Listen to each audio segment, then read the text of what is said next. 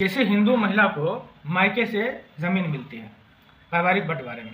ससुराल से संपत्ति मिल सकती है, पति से मिली हो, पिता से मिली हो, ससुर से मिली हो, बंटवारे में मिली हो, भरण पोषण के बदले मिली हो, दान में मिली हो। ये सारी परिस्थितियों में अगर किसी को मिलती है, लेकिन सबसे अहम सवाल है कि क्या वह सिर्फ नाम की मालिक रहेगी या पूरी मालिक।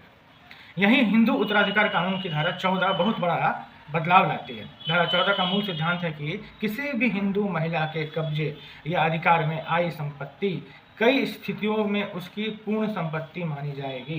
यानी वह केवल देखभाल करने वाली नहीं, एब्सोल्यूट ओनर होगी, मालकन होगी उस संपत्ति की। पूर्ण अधिकार का क्या मतलब है?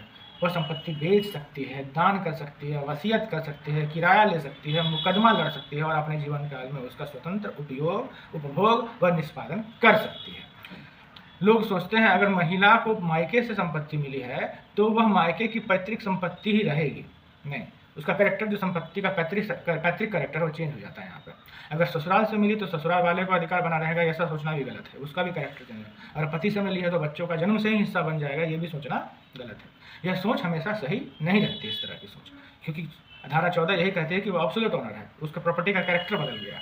अगर संपत्ति महिला के हाथ में पूर्ण अधिकार के रूप में आई है तो वह उसकी अपनी संपत्ति बन गई, सेपरेट संपत्ति बन गई। उसके बेटे बेटी उसके जीवित रहते उस पर जन्म सिद्ध बंटवारा नहीं मांग सकते हैं। यानी माँ की संपत्ति को तुरंत पैतृक संपत्ति मान लेना बड़ी कानूनी गलती है।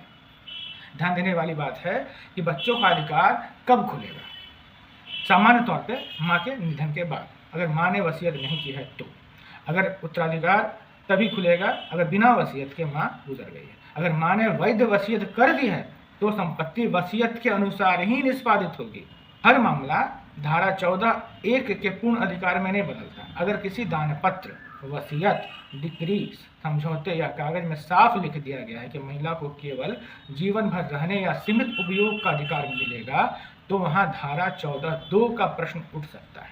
ये अब उस डॉक्यूमेंट पे अगर कहीं लिखा हुआ है तभी इस बात पे धारा 14(2) लगेगा। इसलिए असली जांच 3 बातों की होगी, 3 बातों की जांच होगी। पहली बात, संपत्ति महिला को किस स्रोत से मिली है। दूसरी बात, जिस कागज से मिली है उसमें पूर्ण अधिकार था या सीमित अधिकार का वर्णन है।